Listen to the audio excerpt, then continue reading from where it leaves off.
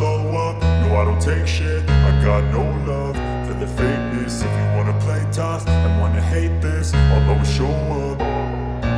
I don't ever slow up, no I don't take shit. I got no love for the fakeness. If you wanna play tough and wanna hate this, I'll always show up and make a statement. I don't ever slow up, no I don't take shit. I got no love for the fakeness. If you wanna play tough and wanna hate this, I'll always show up and make a statement. Everything I do so instinctive and so passionate. Every word I move so descriptive like an adjective. I got a vendetta against people who patented being negative when you should be getting after it. I got facts over tracks, this and that. Spitting slow, spitting fast, I could roast, I could gas. Think I'm okay at last, but I don't know if that can erase all the past. And the pettiness, a reflection of the emptiness. Hilarious, you think you're worth my time, you're delirious. Mysterious, because you hide behind a fake exterior. Inferior, you know I'll always be a bit superior. Get off of me, this ain't no humble brag. I want you to hear words, you can say them back. I want you to feel free from the chains at last, and to believe in what you got, it was built to last, yeah. Now that I've been put through hell, I never got anyone's help. I had to do it all myself.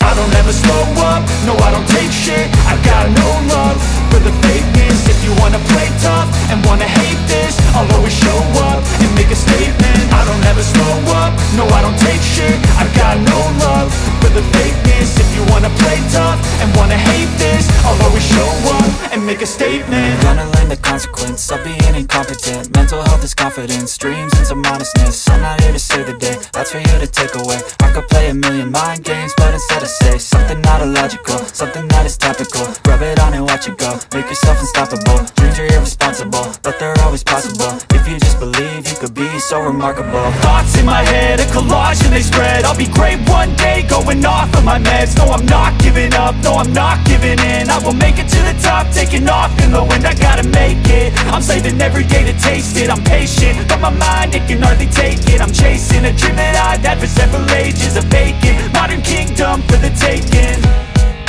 Now that I've been put through hell, I never got anyone's help. I had to do it all myself.